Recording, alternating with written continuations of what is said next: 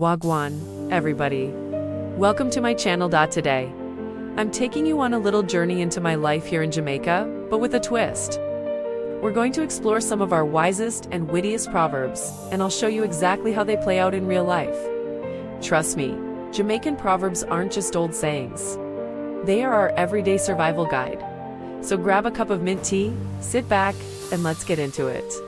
The first proverb that has saved my bacon more times than I can count is, every micklemek a mkel. It basically means that every little bit adds up to a lot. I learned this the hard way when I was younger. My dream was to open my own little craft shop, selling my handmade jewelry. But let me tell you, starting a business is no joke. I had zero savings. All I had was my talent and a big dream. So, I started small. Every Friday, I'd sell a few pairs of earrings at the local market. Sometimes I'd only make enough for bus fare and a patty. My friends would tease me, saying, "Girl, you're wasting your time with that little table." But I kept my grandmother's voice in my head. Every mickle, mecca muckle, my child. So, every dollar I made, I put it aside in an old biscuit tin. It felt slow, like watching a snail race. But after a year, I opened that tin, and guess what? I had enough to rent a tiny little corner shop. It wasn't much, but it was mine. Today, my shop is thriving. All because I remembered that small efforts, when they're consistent, build big dreams. So, if you have a goal that feels miles away, just start with one small step. You'll be surprised how quickly those mickles turn into a muckle now. Let's talk about nosy people.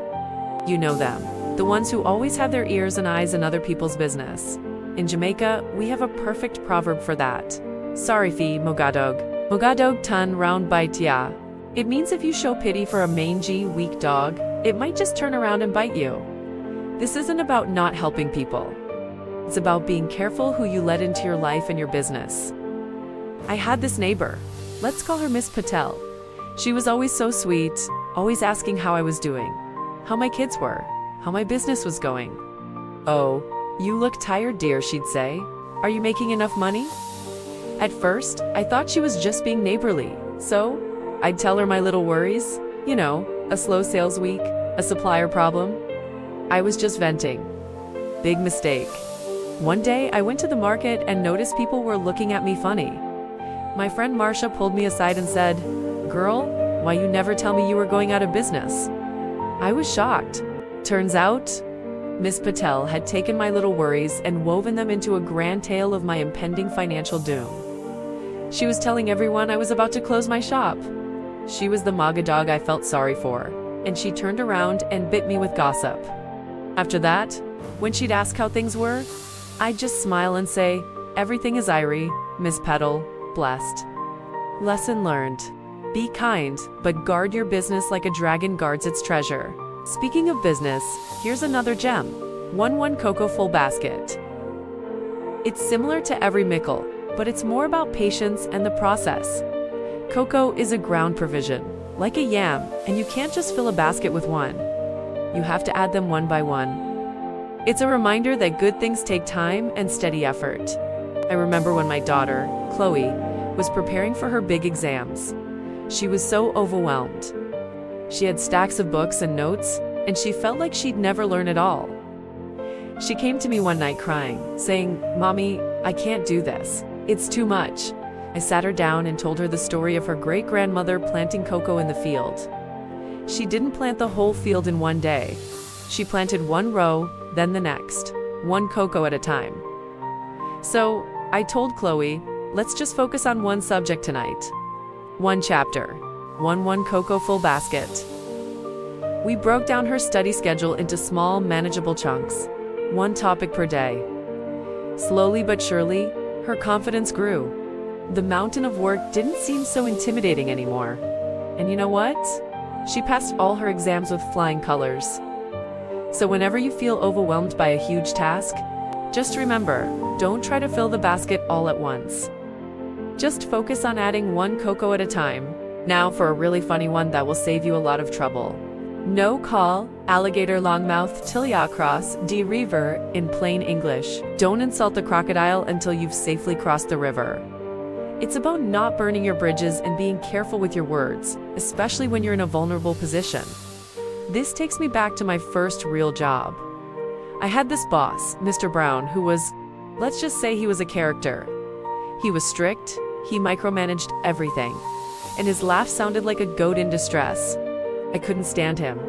Every day I would complain to my work bestie Sharon about how I couldn't wait to quit and tell him exactly what I thought of him. I had a whole speech prepared in my head. Well, I finally got a new job offer, and my last day arrived. I was ready. I was going to march into his office and let him have it. But as I was walking to his door, my grandmother's voice popped into my head. No, call alligator, longmouth tillier, cross D river. I stopped. My new job didn't start for another 2 weeks. What if something went wrong? What if I needed a reference from him in the future? I took a deep breath, walked into his office, and said, Mr. Brown, thank you so much for the opportunity. I've learned so much here. He smiled, shook my hand, and told me I was one of his best employees, and that he'd be happy to be a reference anytime.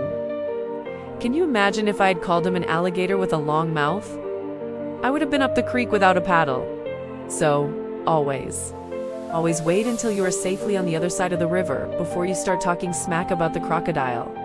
Finally, one of my absolute favorites, and it's a big one in Jamaican culture. What is Fia Sayon Beyond Fia? This means what is meant for you will always be yours. It's about destiny, faith, and not stressing over things you can't control. There was a time I almost lost my shop. The landlord decided to sell the building, and the new owner wanted to double my rent. I was devastated. I couldn't afford it. I tried to negotiate. I begged, but he wouldn't budge. It felt like my dream was crumbling. I spent sleepless nights worrying, trying to figure out a plan. My mom just kept telling me, calm down, child. What is Fiya Sayon Beyond Fiya? Honestly, I wanted to scream.